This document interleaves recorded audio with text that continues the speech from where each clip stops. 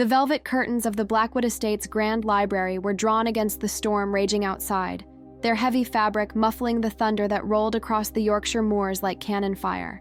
Amber light from the massive chandelier cast dancing shadows across leather-bound volumes that had witnessed 3 centuries of family secrets, scandals, and carefully orchestrated successions.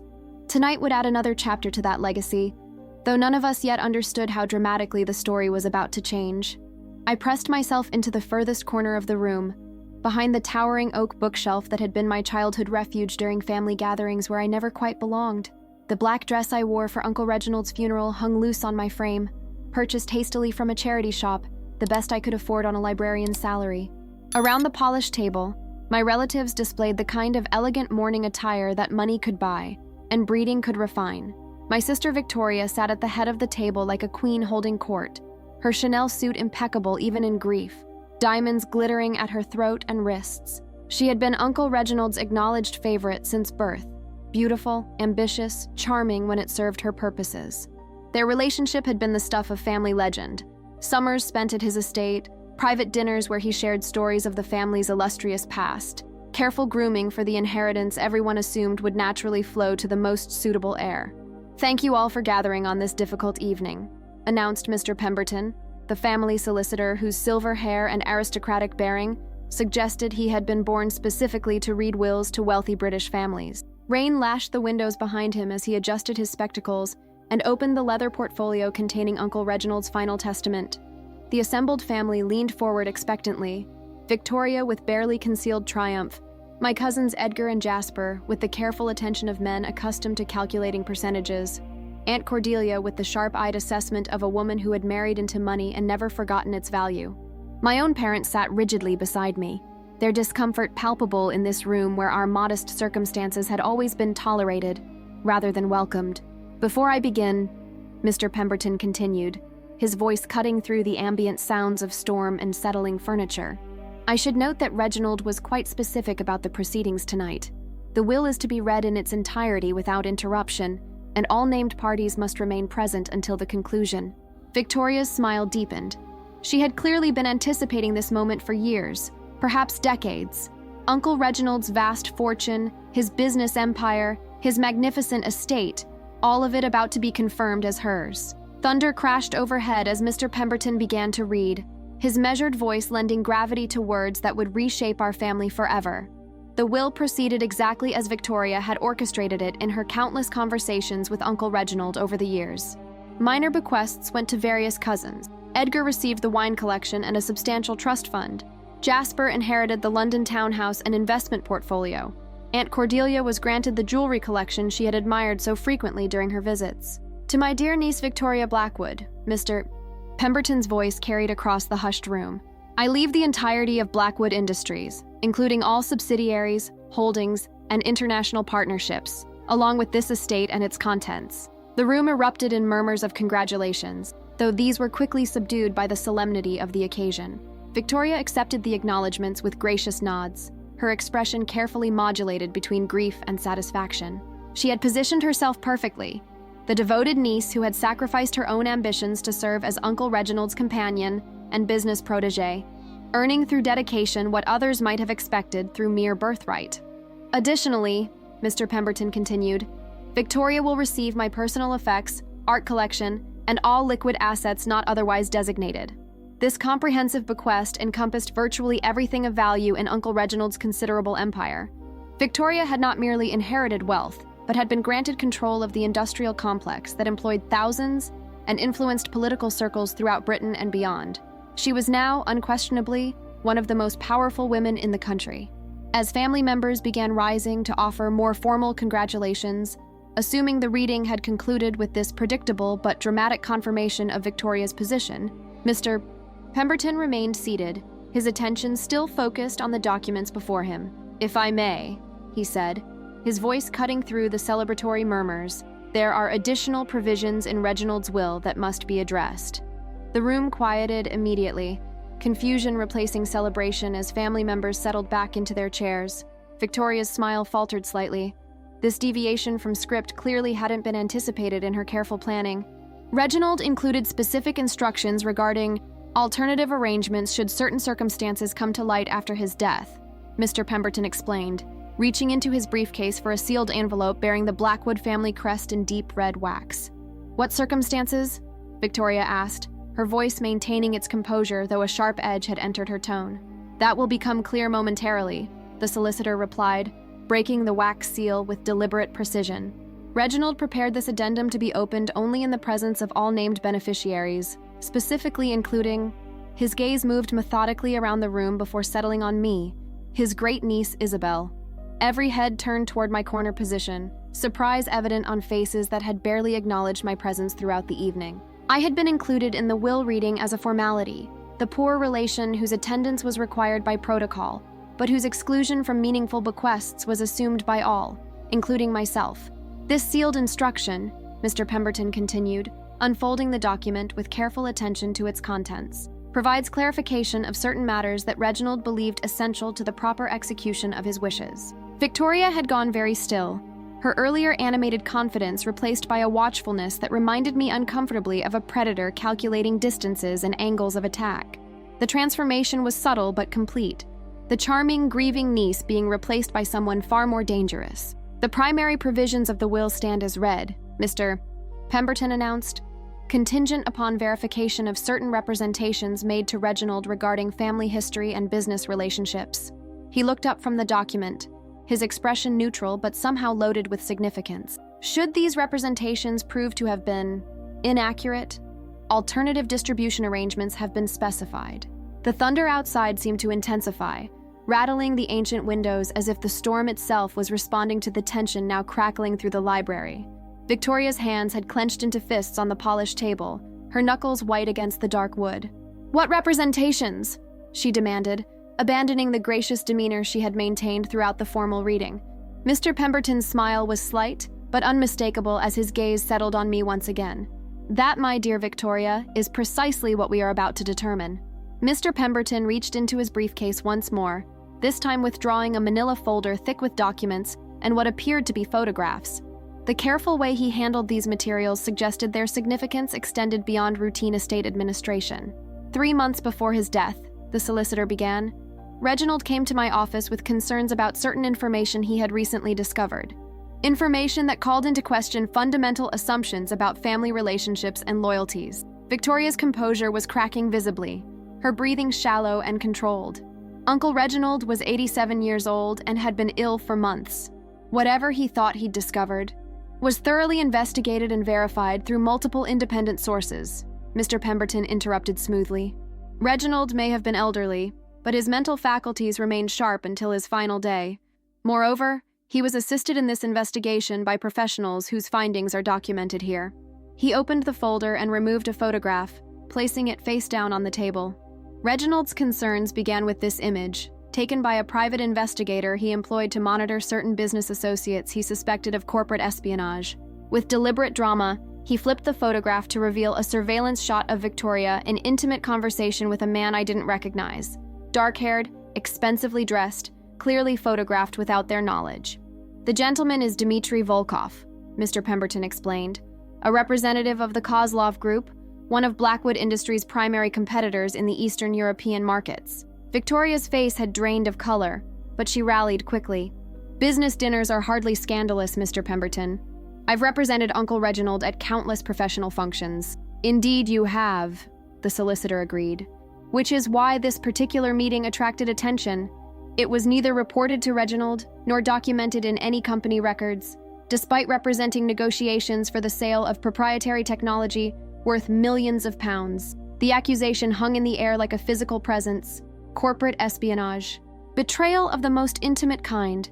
Victoria had apparently been selling family secrets to competitors while positioning herself as the devoted heir to Uncle Reginald's empire. There are additional photographs," Mr. Pemberton continued, spreading several images across the table, documenting meetings over the past 18 months where Victoria transferred technical specifications, client lists, and strategic planning documents to Kozlov Group representatives. My parents were staring at the photographs in shock, while my cousins appeared to be calculating rapidly, whether to distance themselves from Victoria or attempt to minimize the implications of what was being revealed. Aunt Cordelia had gone very pale, her hands trembling as she reached for her wine glass. "Furthermore," Mr. Pemberton added, his voice taking on an edge of professional satisfaction, "Reginald's investigation uncovered evidence that Victoria's relationship with Mr.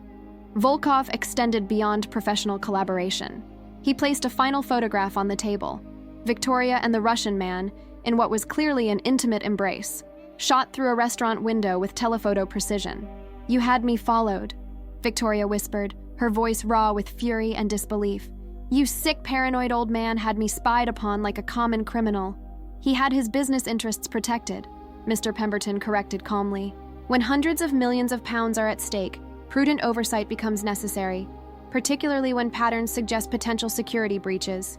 Victoria stood abruptly, her chair scraping against the hardwood floor. "This is circumstantial speculation, not proof of wrongdoing. Dinner meetings and personal relationships hardly constitute corporate espionage." "Perhaps not individually," the solicitor agreed. "However, when combined with forensic analysis of your computer access logs, phone records, and financial accounts showing substantial payments from shell companies ultimately traceable to the Kozlov Group," he allowed the sentence to hang unfinished, its implications clear to everyone in the room. Victoria had been caught in a web of evidence that extended far beyond suspicious photographs to documented patterns of betrayal spanning months or years. The alternative provisions, Mr. Pemberton continued, returning to the sealed instructions, specify that should Victoria be found in violation of her fiduciary duties to Blackwood Industries, all bequests granted to her will be transferred instead to another family member. One Reginald believed demonstrated the loyalty and judgment necessary to preserve the family legacy. His gaze moved deliberately around the room before settling on me with unmistakable significance. My heart began pounding so hard I was certain everyone could hear it despite the continuing storm outside. "All assets previously designated for Victoria Blackwood," Mr. Pemberton read from the addendum, "including Blackwood Industries, this estate and associated holdings, shall transfer immediately to my great-niece, Isabelle Catherine Blackwood." The words echoed in a silence so complete that even the storm seemed to pause. Then Victoria's composure shattered entirely. "You conniving little bitch!" she snarled, whirling toward me with naked hatred blazing in her eyes. "You planned this somehow. You and that manipulative old bastard conspired against me." Before I could respond, before I could even fully process what had just been revealed, she lunged across the room toward my corner, her manicured nails extended like claws. Only Edgar's quick reflexes prevented her from reaching me, his arms wrapping around his sister's waist as she struggled against his restraint. "Victoria, stop!" he commanded. "This isn't helping anyone." "She stole my inheritance!" Victoria shrieked, her carefully maintained facade completely abandoned. 20 years I devoted to that man, 20 years of playing the perfect niece while she hid in corners reading her pathetic books. This is impossible. But even as she raged, the truth was becoming undeniable. Uncle Reginald had been watching all of us more carefully than anyone had realized, and his final judgment had fallen not on the obvious choice, but on the overlooked great niece who had never sought his favor or attention. Security measures were initiated the moment Reginald discovered Victoria's betrayal, Mr. Pemberton explained once Edgar had managed to guide his sister to a chair at the far end of the room, where she sat in furious silence, her earlier composure replaced by raw calculation. All access to Blackwood Industries systems has been restricted, financial accounts have been secured, and evidence of the corporate espionage has been provided to appropriate authorities. The methodical nature of Uncle Reginald's response revealed a man who had built his fortune through strategic thinking rather than emotional reaction. Even while maintaining the illusion that Victoria remained his favored heir, he had been systematically protecting his empire and preparing for this dramatic revelation. "What happens now?" my father asked, his accounting background making him the first to focus on practical implications rather than remaining stunned by the emotional revelations. "If Victoria's inheritance is invalidated, how does that affect the business operations? Blackwood Industries employs thousands of people." "Excellent question," Mr. Pemberton replied approvingly. Reginald anticipated potential disruption and arranged for seamless transition of authority. "The current management team will continue operations under Isabelle's ownership, with interim leadership already briefed on succession protocols." I stared at him in disbelief. "But I know nothing about running a corporation.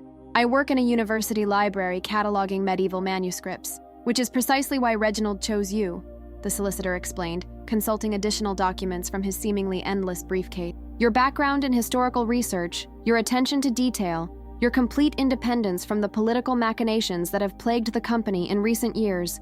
These qualities convinced him you were best positioned to restore ethical leadership to Blackwood Industries. Victoria's laugh from across the room was harsh and bitter. Ethical leadership? From someone who's never held a management position in her life? Uncle Reginald has doomed his precious company to failure. Has he? Mr. Pemberton challenged, turning toward her with professional interest. Your management approach nearly resulted in the loss of proprietary technology worth hundreds of millions to foreign competitors. Isabelle's inexperience seems preferable to your demonstrated willingness to betray family interests for personal gain. The rebuke landed with devastating precision, Victoria's face flushing red with humiliation and rage. She had built her identity around being the successful, competent niece, worthy of inheriting power, only to have that narrative completely destroyed by evidence of her treachery. There's more, Mr. Pemberton continued, apparently determined to deliver the complete truth now that the revelation had begun. Reginald's investigation uncovered additional information about Victoria's activities, information that extends beyond corporate espionage to more personal betrayals. He withdrew another folder, this one marked Confidential Family Matters, in Uncle Reginald's distinctive handwriting. It appears Victoria's relationship with Dmitry Volkov began 18 months ago at a conference in Geneva. What started as business intelligence gathering evolved into something more intimate and more dangerous. More photographs emerged, Victoria and Volkov in various romantic settings across European capitals, their affair documented with the thoroughness of a criminal investigation. But these weren't merely evidence of infidelity. They showed strategic meetings where sensitive documents were exchanged along with passionate embraces. The Kozlov Group offered Victoria more than money for Blackwood secrets, Mr. Pemberton explained. They promised her a position in their organization. Essentially, they were recruiting her to defect entirely, taking as much proprietary information as possible before abandoning the family business she was positioned to inherit. This revelation struck even deeper than the corporate espionage. Victoria hadn't merely been selling family secrets, but had been planning to abandon the Blackwood legacy entirely once she had extracted maximum value from her position. Her passionate devotion to Uncle Reginald, her careful cultivation of the perfect heir image, her systematic marginalization of other family members, all had been elaborate theater, concealing a plan to ultimately betray everything the family represented.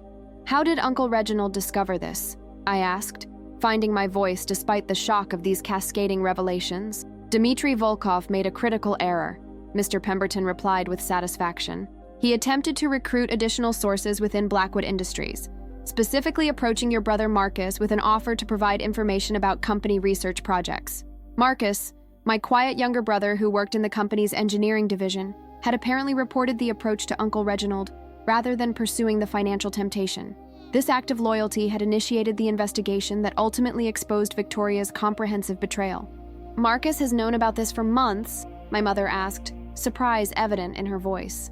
At Reginald's request, Marcus agreed to monitor Victoria's activities while continuing to appear unaware of any concerns, Mr. Pemberton explained. The evidence gathered through his cooperation was essential to building the comprehensive case you've seen tonight. Victoria was staring at our brother with naked hatred. You treacherous little worm. I made sure you got that position at Blackwood. Recommended you personally to Uncle Reginald when other candidates were being considered. You recommended me because you thought I would be easily manipulated, Marcus replied quietly, speaking for the first time since the reading began. What you didn't expect was loyalty to family over personal gain. The exchange revealed another layer of Victoria's calculating approach. She had positioned family members strategically, expecting their gratitude to translate into useful compliance when necessary.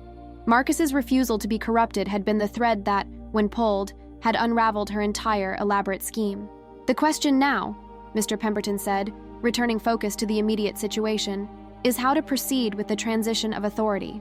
Isabelle, you have inherited not just substantial assets but significant responsibilities to employees, shareholders, and communities that depend on Blackwood Industries' continued success. The transformation from university librarian to corporate heiress proved more dramatic than any romance novel could have imagined. Within 48 hours of Uncle Reginald's will reading, I found myself sitting in the executive suite of Blackwood Industries, surrounded by senior managers whose combined experience exceeded my lifetime by decades. The transition plan your great-uncle prepared is remarkably comprehensive, explained James Morrison. the chief operating officer who had been quietly briefed on succession possibilities months before Uncle Reginald's death. Operational authority will remain with the existing management team while you familiarize yourself with the business aspects and strategic direction. This arrangement reflected Uncle Reginald's practical wisdom, recognizing that effective leadership required understanding that couldn't be acquired overnight, while ensuring business continuity during the learning process. He had apparently spent his final months preparing for this exact scenario, creating structures that would support my success rather than simply transferring authority and hoping for the best. However, Morrison continued, his expression growing more serious, there are immediate security concerns that require your attention. Victoria's access to sensitive information means we must assume certain proprietary data has been compromised. We're conducting comprehensive audits and implementing new security protocols, but competitive intelligence has likely been transferred to the Kozlov Group. The reminder that Victoria's betrayal had created ongoing vulnerabilities beyond the emotional family drama sobered my initial excitement about the inheritance. This wasn't simply a fairy tale transformation, but a complex business challenge requiring both strategic thinking and careful relationship management. Most pressing was the question of Victoria herself. Following her explosive reaction at the will reading, she had disappeared from her apartment, her phone going directly to voicemail, her usual social media presence falling silent. The Kozlov Group's London offices reported that Dmitry Volkov had also become unavailable, suggesting possible coordination between the two lovers whose affair had triggered this dramatic reversal of fortune. We have legal teams pursuing recovery of any stolen intellectual property, Morrison assured me, but our primary concern is preventing further damage. Victoria's intimate knowledge of our operations makes her extremely dangerous as long as she remains at liberty. The situation felt increasingly like a spy thriller rather than family inheritance drama. Corporate secrets, international conspiracies, romantic betrayals that carried financial consequences measured in hundreds of millions of pounds. Yet here I sat in Uncle Reginald's executive chair, suddenly responsible for navigating challenges I had never been trained to handle. What would Uncle Reginald have wanted me to do? I asked, seeking guidance from the man whose careful planning had created this opportunity, while hoping his wisdom extended to managing its immediate consequences. Morrison smiled, the first genuine warmth I had seen from him since these intensity-filled days began. He anticipated that exact question. There's a personal safe in his office, your office now, containing additional instructions he prepared for this phase of the transition. Uncle Reginald's office occupied the top floor of the Blackwood building, its windows offering commanding views across London's financial district. The space reflected his personality, understated elegance, mechanical precision in the arrangement of objects, and the subtle luxury of someone who had never needed to display wealth for validation. The safe, concealed behind a bookshelf containing engineering texts and family histories, opened to reveal one final surprise from my calculating great-uncle. Inside was a leather journal and a small velvet box containing what appeared to be an antique locket. The journal contained his private thoughts during the investigation of Victoria's betrayal, not just the business implications, but his personal struggle with discovering that the niece he had groomed as his successor was systematically undermining everything he had built. June 15th. Confirmation today that Victoria has been feeding strategic information to Kozlov for over a year. The scope of the betrayal is breathtaking. Client lists, research priorities, merger discussions, even board meeting minutes. She has violated every trust I placed in her, while maintaining perfect performance of devotion and competence. The personal dimension is perhaps more devastating than the business implications. I genuinely cared for Victoria, saw in her the combination of intelligence and ambition I valued. To discover that this entire relationship was calculated deception, that she has been planning to abandon Blackwood entirely once she secured maximum benefit, forces me to reconsider every interaction we've shared. The journal continued with his evolving thoughts about succession alternatives, eventually focusing on me as the family member whose independence from Victoria's influence and demonstrated values made me the safest choice for preserving Blackwood's legacy. August 30th, spent the afternoon reviewing what little I know about Isabelle's character and capabilities. While limited by her deliberate distance from family business, the evidence suggests someone who prioritizes authenticity over advantage, community service over personal aggrandizement. Her work with historical preservation demonstrates both attention to detail and respect for legacy, qualities essential for responsible stewardship of what I've built. More importantly, she represents the one family member Victoria has never attempted to manipulate or control, perhaps because she recognized no potential threat from someone pursuing such an unconventional path. This independence may prove invaluable in detecting and preventing future betrayals. The locket contained a miniature portrait, not of a Blackwood family member, but of a young woman with kind eyes and gentle features. The accompanying note identified her as Catherine Mills, the great love of my youth, whose early death shaped every subsequent decision about love, loyalty, and the risks inherent in trusting others with one's deepest vulnerabilities. This personal revelation provided context for Uncle Reginald's careful emotional distance throughout his life, and his particular devastation at Victoria's romantic betrayal. Her affair with Volkov hadn't merely represented business treachery, but had violated his fundamental beliefs about the relationship between love and loyalty, beliefs formed through personal loss decades earlier. The emergency board meeting convened 3 days after Victoria's exposure, with Blackwood Industries directors gathering to address the crisis, threatening the company's security and market position. I sat at the head of the massive conference table, Uncle Reginald's position for over 40 years, feeling profoundly inadequate despite the supportive presence of Morrison and the other senior executives who had briefed me extensively on corporate governance and immediate challenges. The damage assessment is substantial but manageable, reported Sarah Chen, our chief technology officer, whose cybersecurity background had proven invaluable in tracking the scope of Victoria's data theft. We've identified 17 separate instances where proprietary information was accessed and likely transferred, but our core research and development remains secure. The board members, distinguished men and women representing decades of experience in various industries, listened with professional attention while clearly assessing my capacity to lead the company through this crisis. Several had worked closely with Victoria over the years. Her betrayal had shaken their confidence in their own judgment, as much as in the company's security protocols. "What's our legal position regarding recovery?" asked Sir Geoffrey Walsh, whose investment firm held significant Blackwood stock and whose opinion carried considerable weight among the other directors. Morrison fielded this question, having coordinated extensively with our legal team. Criminal charges are being pursued against Victoria and her accomplices. However, recovering stolen intellectual property from international competitors presents complex challenges that may require diplomatic intervention beyond corporate resources. "And the Kozlov Group's current activities?" prompted Lady Margaret Thornton, whose background in international trade provided valuable perspective on competitive threats. "Intelligence suggests they're attempting to accelerate development of products based on our stolen technology," Chen replied grimly. "Time to market could give them significant advantage despite the illegal source of their information." This reality sobered the room. Victoria's betrayal had created competitive threats that would persist regardless of legal consequences she might eventually face. The company needed strategic response that addressed both immediate vulnerabilities and long-term positioning against competitors now armed with proprietary Blackwood innovations. "What's your assessment of our response options?" Sir Geoffrey asked, directing the question to me with careful attention to my reaction. The moment represented a critical test of my leadership capacity in the eyes of these experienced directors. My response would influence their confidence in Uncle Reginald's unexpected succession choice and their willingness to support my authority during the turbulent period ahead.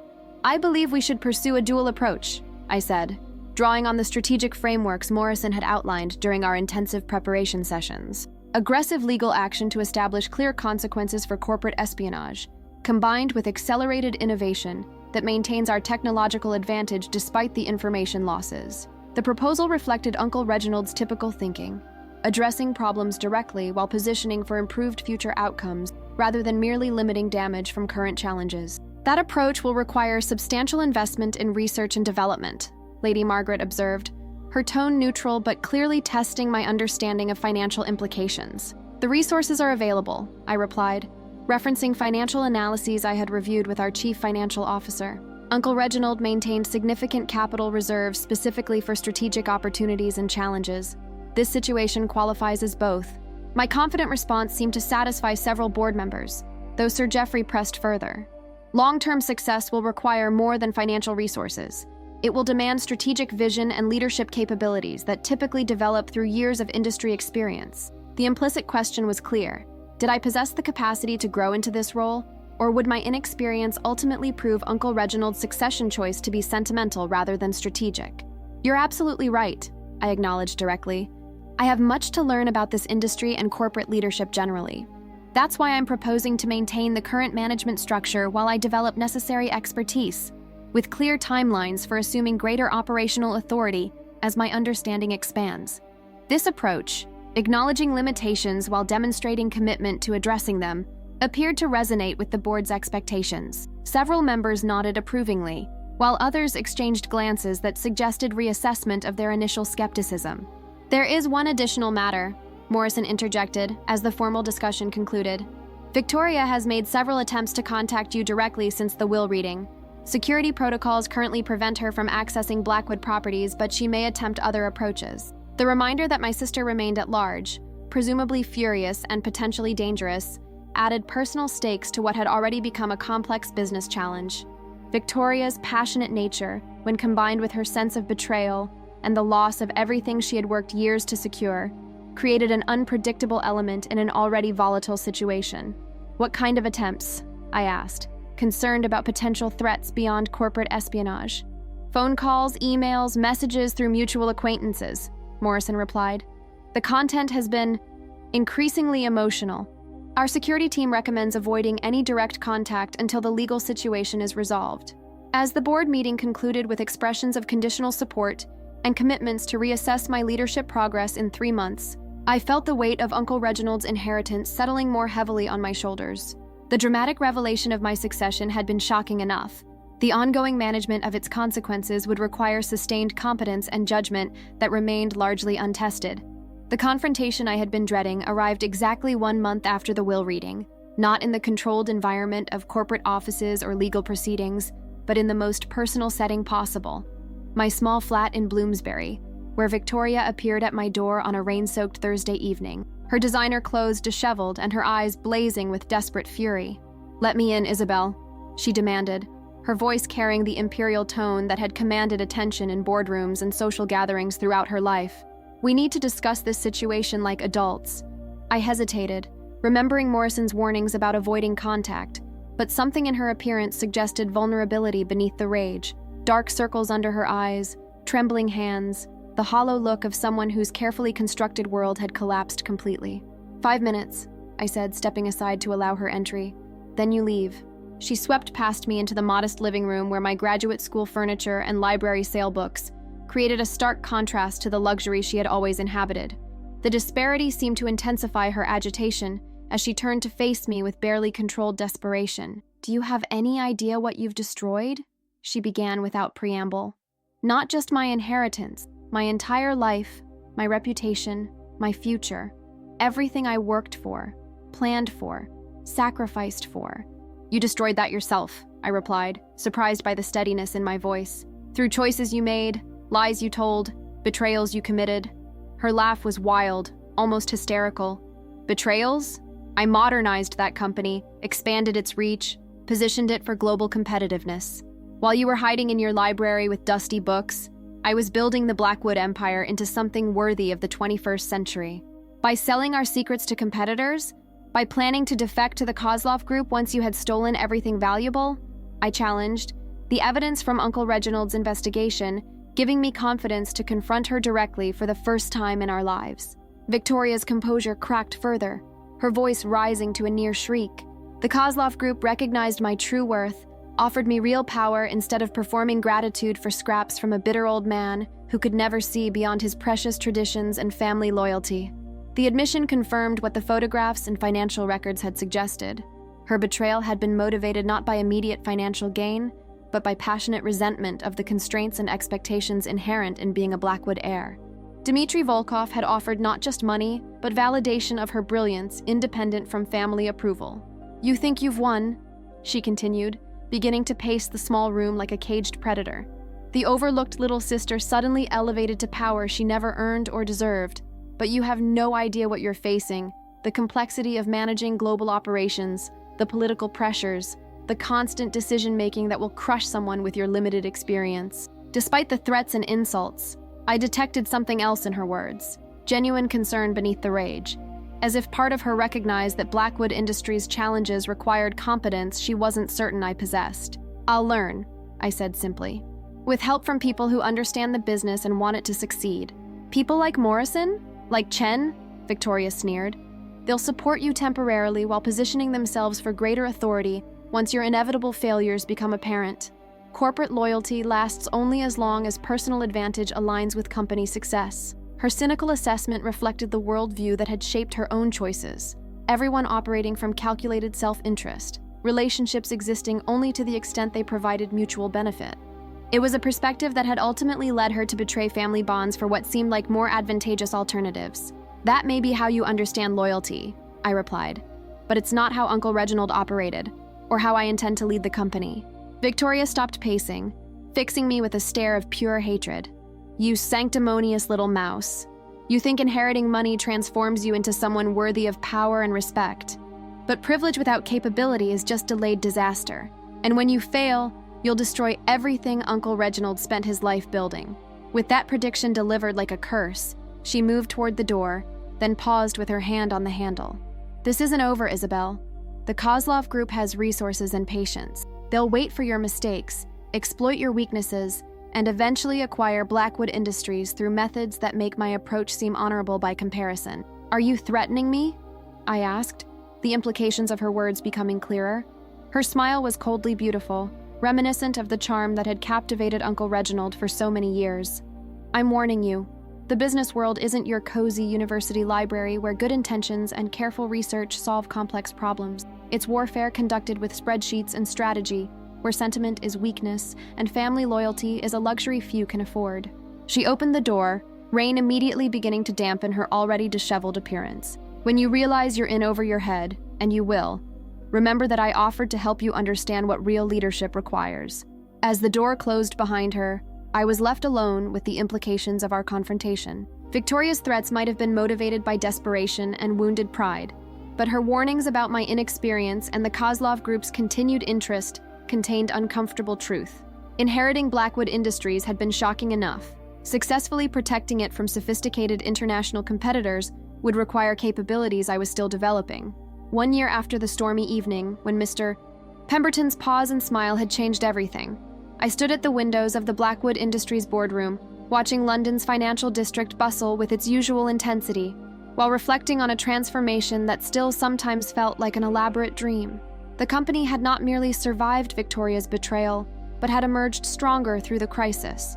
The security breaches she had created had forced comprehensive modernization of our information systems and competitive protocols. Her attempted sale of proprietary technology had actually accelerated our research and development efforts, leading to innovations that maintained our market advantage, despite the stolen data now being employed by the Kozlov Group. Most significantly, the dramatic revelation of her treachery had galvanized employee loyalty in unexpected ways. Rather than creating uncertainty about leadership transition, the exposure of Victoria's calculated deception had reinforced commitment to Blackwood values among staff members who took pride in their company's integrity and independence. The quarterly reports confirmed continued growth across all divisions, Morrison reported as the board meeting concluded, his initial skepticism about my capabilities having evolved into something approaching respect. "The strategic initiatives you've implemented have positioned us advantageously against competitors, including those attempting to leverage the information Victoria provided. My approach to corporate leadership had proven unconventional, but effective, applying research methodology and historical perspective to business challenges while maintaining the collaborative management structure Uncle Reginald had established. Rather than attempting to transform myself into a traditional CEO, I had evolved the role to incorporate my particular strengths while ensuring operational expertise remained with those most qualified to provide it." "Any word from Victoria recently?" asked Lady Margaret, whose initial concern about my inexperience had gradually shifted to curiosity about my sister's fate following her dramatic exit from our lives. "Nothing direct," I replied, consulting recent security briefings. "Intelligence suggests she's established herself in Moscow, working with entities connected to the Kozlov Group, but no longer actively targeting Blackwood operations. This resolution, Victoria finding alternative power and recognition outside the family system she had attempted to exploit, provided a form of justice that felt more satisfying than mere punishment would have accomplished. She had gained the independence and influence she had craved, while Blackwood Industries had been protected from her particular combination of capability and betrayal.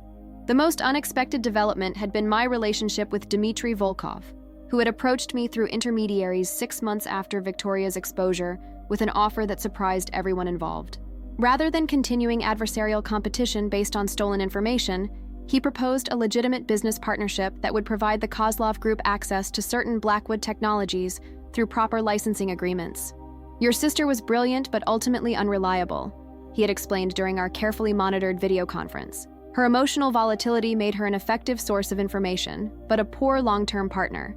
You represent something more valuable: principled leadership that creates predictable, sustainable business relationships." The partnership negotiations had required extensive legal review and board approval, but ultimately produced agreements beneficial to both organizations while providing face-saving resolution to the international tensions Victoria's espionage had created.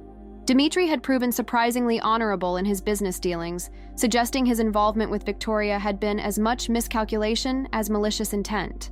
As for the family dynamics that had been so dramatically restructured by Uncle Reginald's posthumous revelation, these had evolved toward unexpected stability. My parents had gradually adjusted to their daughter's transformation from struggling academic to corporate leader, while Marcus had thrived in his expanded role coordinating between engineering innovation and strategic implementation. Most significantly, the annual family gatherings at the Blackwood estate no longer featured the careful hierarchies and subtle competitions that had characterized previous generations. Without Victoria's commanding presence shaping interactions through strategic charm and calculated positioning, other family members had discovered capacity for more authentic relationships, based on mutual interest rather than tactical advantage. Standing now in the office that had been Uncle Reginald's sanctuary and was gradually becoming my own, I reflected on the extraordinary chain of events initiated by that moment, when the lawyer paused and smiled in my direction. The safe deposit box Victoria had never known existed, the careful investigation that exposed her betrayal, the succession plan that elevated the ignored family member to unprecedented authority, all had flowed from Uncle Reginald's patient observation and strategic planning. The inheritance I had received extended far beyond financial assets or corporate control to encompass recognition of qualities family dynamics had consistently undervalued: attention to detail, commitment to authentic relationships, resistance to manipulation or corruption. These characteristics, dismissed as irrelevant to business success by those who measured worth through conventional metrics, had proven essential for navigating the complex challenges created by Victoria's spectacular downfall. The most valuable aspect of Uncle Reginald's bequest wasn't the wealth or power, but the opportunity to demonstrate that different approaches to leadership could be effective, that principled decision-making and collaborative management could generate results that competitive aggression and strategic betrayal ultimately could not sustain. Victoria's passionate pursuit of power through deception had led to her complete loss of influence within the family system she had dominated for decades. Meanwhile, my quiet commitment to authenticity over advantage had positioned me to inherit responsibilities I had never sought, but was proving capable of fulfilling. That ironic reversal, the schemer undone by her own schemes while the overlooked family member emerged as the most suitable heir, represented Uncle Reginald's final lesson in the difference between performed competence and genuine capability, calculated loyalty, and authentic commitment. As I prepared to leave for the evening, returning to the modest flat where this incredible journey had begun, I paused beside the portrait of Uncle Reginald that dominated one wall of the executive office. His painted eyes seemed to hold satisfaction mixed with challenge, approval for what had been accomplished, but expectation that greater achievements lay ahead. The lawyer's pause and smile that rainy evening had changed everything, but the story they initiated was still being written through choices I made daily about how to honor an inheritance that represented both unprecedented opportunity and profound responsibility.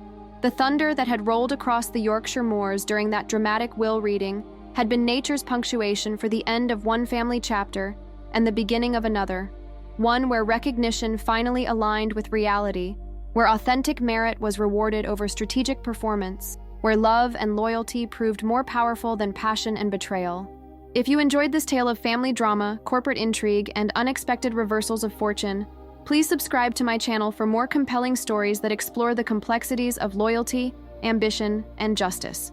In my next video, we'll delve into another riveting narrative where appearances deceive and truth emerges in the most dramatic possible circumstances. Until then, remember that the most shocking inheritances often go to those who deserve them most, even when, especially when, no one sees it coming.